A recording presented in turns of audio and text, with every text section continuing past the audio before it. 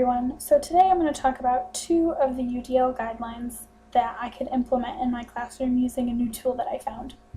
So right now I'm on the page for the National Center on UDL, and we're going to go all the way down to Principle 3, Guideline 8, and we're going to look at checkpoints 8.3 and 8.4.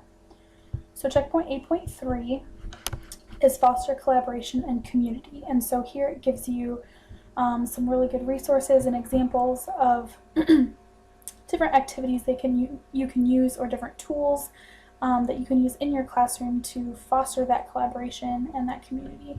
And also over in this column it tells you why these activities fit UDL. So if it's fostering collaboration and communication, if it's allowing peer conflict resolution, encouraging students to act as mentors and teach their peers how to do something.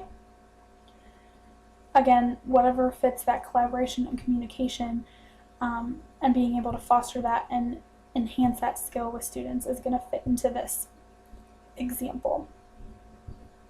So as we move over to checkpoint 8.4, increase mastery-oriented feedback, again there's some more examples and resources and why it is fits into the UDL category. So talking about how praise and feedback can influence a student's mindset, emphasizing effort and strategies when giving feedback to students, and again that mastery-oriented feedback. So are they meeting the standards?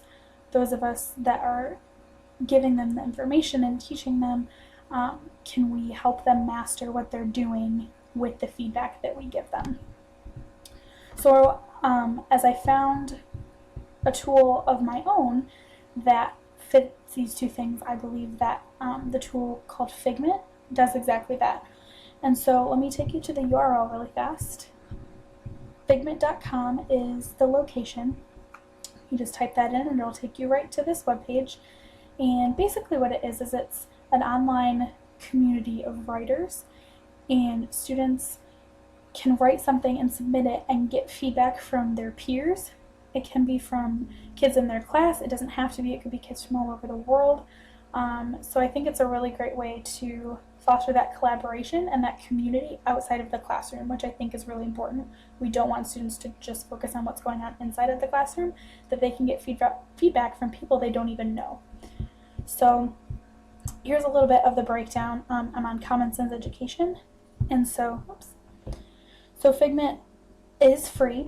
Right over here we see that the price is free. It's meant for grades 8 to 12 just because of the maturity of the students when they're using this and the level of writing that they're going to have when they're doing it.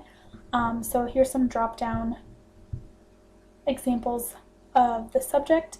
So it is geared towards English language arts. It gives you some of the skills, so communication and collaboration, which is one of the huge UDLs that we're talking about. And as we scroll down, it gives us some pros and cons. And so the pros, it's definitely a way to get outside, like I said, outside of the classroom, collaborate, have a community. The con, though, is that the feedback is from peers. So sometimes they may not have the best suggestions or the most mature suggestions. So that is definitely where the mastery-oriented feedback comes in from the teacher, who can give constructive feedback that is actually helpful and will get kids on the right track.